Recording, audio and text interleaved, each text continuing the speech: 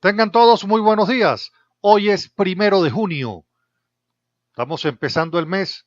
Tenemos que hacer un ejercicio de agradecimiento con Dios porque nos permite vivir, nos permite tener esta conexión que siempre tenemos todas las mañanas. Tenemos que tener agradecimiento por todo. Siempre digo que tenemos que aprender a vivir en estado de gracias. Por eso es que les doy las gracias siempre por la inmensa sintonía con la que apoyan el programa. Bueno, pero también decir que estamos en primero de junio, lo cual indica que la expectativa por los días por venir van a ser siempre mayores y mejores, porque no hay crisis que dure 100 años y yo creo que esta está en fase terminal. Pero quiero decir lo siguiente, y quiero que lo sepa. Lo que para nosotros es crisis, para el gobierno es el modelo de vida que le corresponde al venezolano de conformidad con la visión revolucionaria de dominación y nos dominan por vía de la escasez. Entonces, no nos confundamos, no es que el gobierno sea malo, no, es muy bueno cumpliendo el manual de cómo se instaura el comunismo en un país. Y no existe país comunista que no tenga pobres, vale decir, su fundamento es la pobreza. Por eso es que nosotros hoy estamos pobres, el gobierno en el proceso de empobrecimiento ha sido un éxito en el empobrecimiento de los venezolanos, cumpliendo el mandato de los manuales sobre cómo se implanta el comunismo en un país. Entonces, de esto tenemos que salir obviamente porque ni usted, ni yo, y el mundo quiere la pobreza. Solamente los modelos marxistas, como el cubano y el que se implanta en Venezuela, tienen por característica la pobreza para poder hacer el ejercicio de dominación. Y les había planteado que el hombre que adelantó el modelo de dominación por hambre en el mundo se llamó José Stalin. Y al parecer, Nicolás Maduro es uno de los estudiantes por lectura más aventajados que ha tenido Stalin. Bueno, pero decir que los meses que vienen en adelante, los días que vienen adelante, son días a donde la lucha política, la lucha por una Venezuela democrática, libre, la lucha por el restablecimiento del orden constitucional, el restablecimiento de unas condiciones de vida mejor, tienen que ser el norte de nuestra lucha. Precisamente hoy vamos a empezar el programa hablando de cómo nos empobrecieron.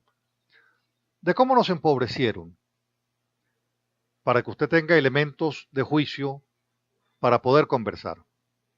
Y recuerde, nuestra tarea desde donde estemos es elevar el nivel de conciencia de nuestros vecinos, de nuestros amigos y convencer y persuadir a aquellos que todavía creen que apoyan una revolución que hace justicia social, que no es verdad y que sigue todavía engañado. Empiezo con el primer dato. 2 de febrero de 1999. 2 de febrero de 1999. $1. $1 costaba 576 bolívares. $1 costaba 576 bolívares. Estamos hablando de los viejos, obviamente. Bolívares de los viejos. $1 costaba 576 bolívares de los viejos. Ahora, 18 años después, mientras Venezuela padece de hambre, de opresión, del colapso económico, ese dólar que antes costaba 576 bolívares, ahora está costando 1.000.000% más. 1.000.000% más. Eso es un 1 con 6 ceros. 1.000.000% más. Como lo está escuchando.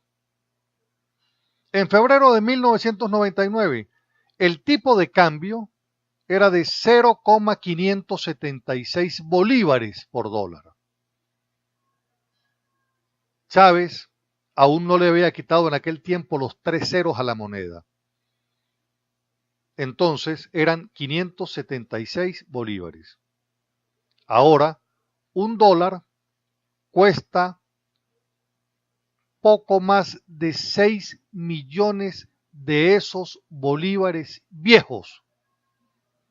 Lo que está escuchando, Ahora un dólar cuesta poco más de 6 millones de esos bolívares viejos,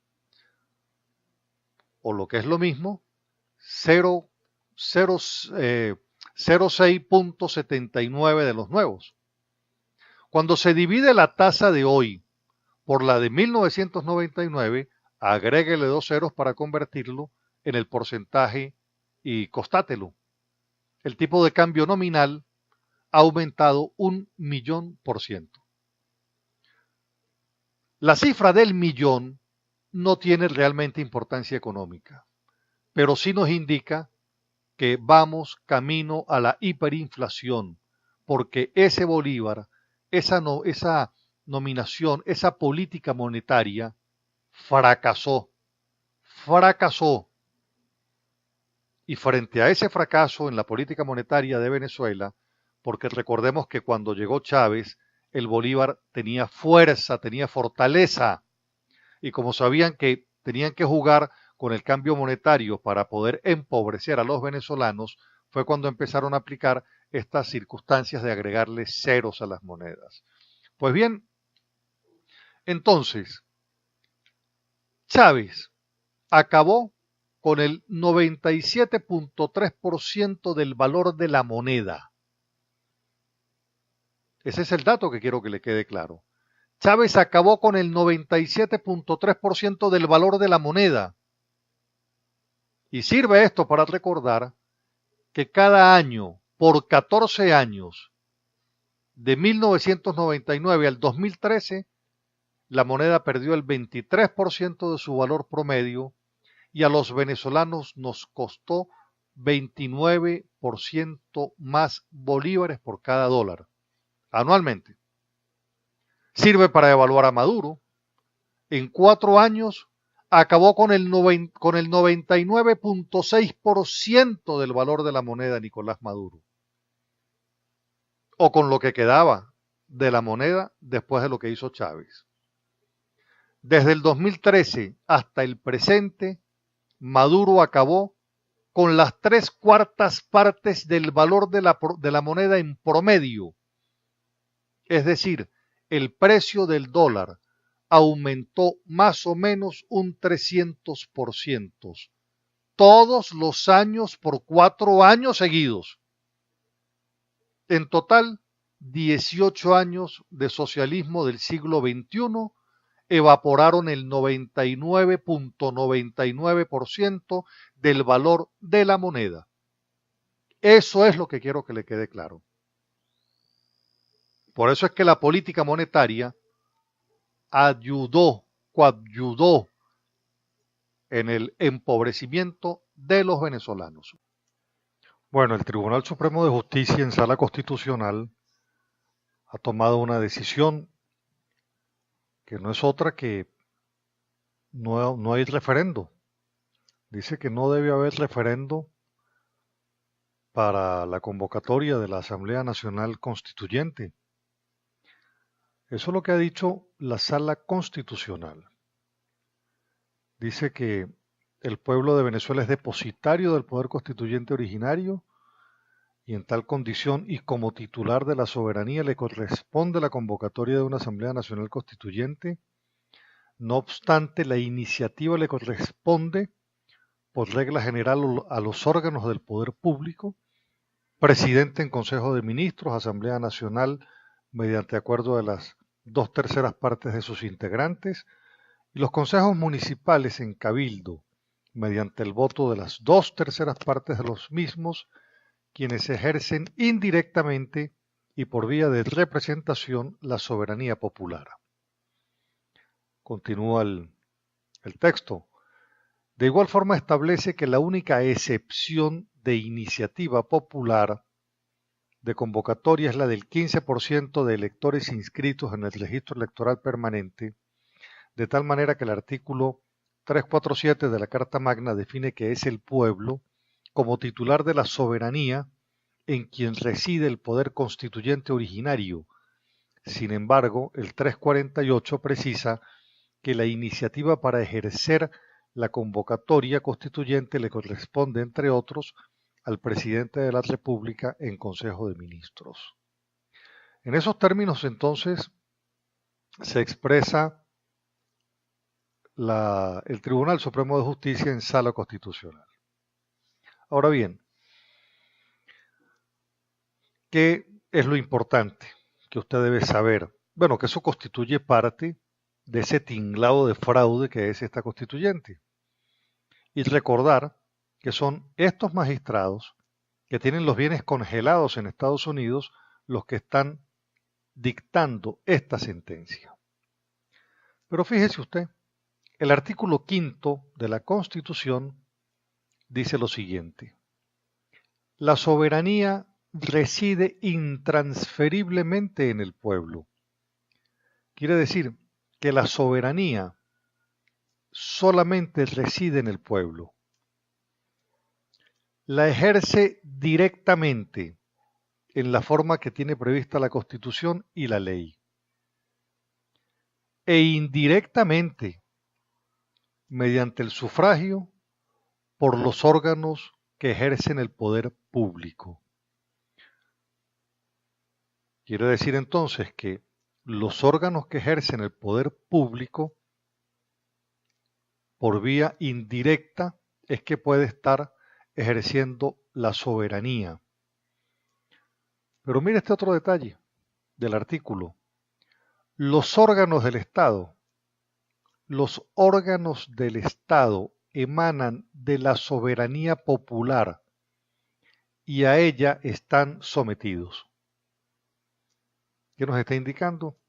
Que los poderes del Estado emanan de la soberanía popular y están sometidos a esa misma soberanía popular. Si la soberanía reside intransferiblemente en el pueblo, es que quiere decir que no se puede transferir. Y ese órgano, que es un órgano constituido, no puede subordinar a la soberanía popular. ¿Por qué? Porque ese órgano del Estado está sometido a la soberanía popular y no a la inversa. Quiere decir entonces que la interpretación que hace la Sala Constitucional es una interpretación de la Constitución a donde termina estableciendo lo que no está en la interpretación de los artículos. Eso es lo que realmente está sucediendo.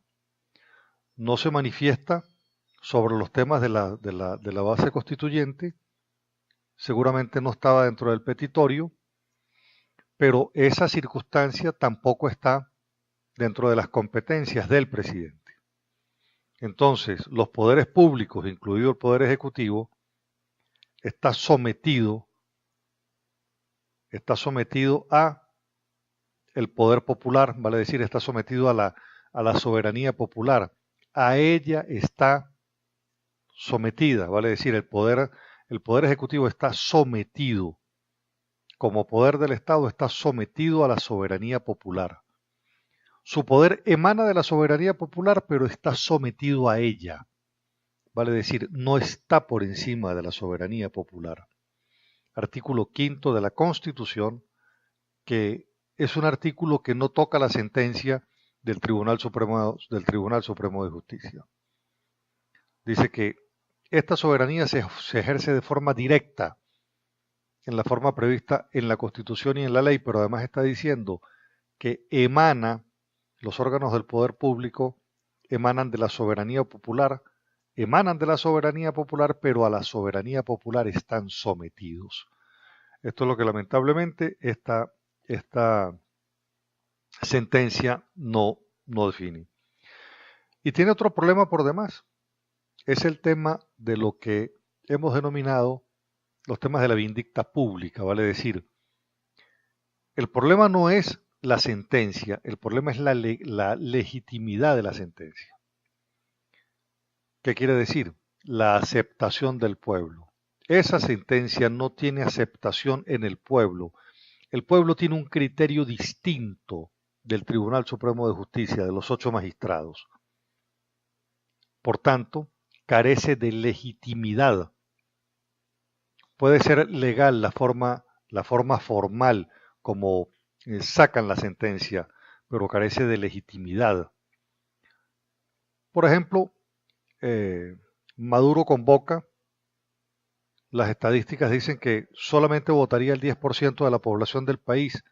Eso, esa votación de un 10% en la constituyente, por ejemplo, hace carecer de legitimidad al presidente y a esa Asamblea Nacional, porque si el 90% de los venezolanos no participa, pues simplemente carecería de todo tipo de legitimidad, incluido la legitimidad de Maduro. Que si bien es cierto, es legal su ascenso al poder, ¿verdad? Llegó con votos, existe un cuadro de legalidad, existe legitimidad en el ejercicio del resultado electoral, pero esa legitimidad la pierde en el ejercicio del gobierno y es a lo que estamos enfrentados hoy. Y esta sentencia del Tribunal Supremo está enfrentada a lo mismo, a un problema de legitimidad, que es el tema de la aceptación por parte del pueblo de ese resultado, de esa sentencia. Estamos en presencia de que cada día se va poniendo más chiquito la base de apoyo y de sustento que tiene Nicolás Maduro. Bueno, la reunión de la Organización de Estados Americanos no concluye con saldos positivos ni para el gobierno ni para la sociedad democrática, que es mayoría, toda vez que no se llegó a ningún acuerdo por los momentos, no se aprueba ninguna resolución.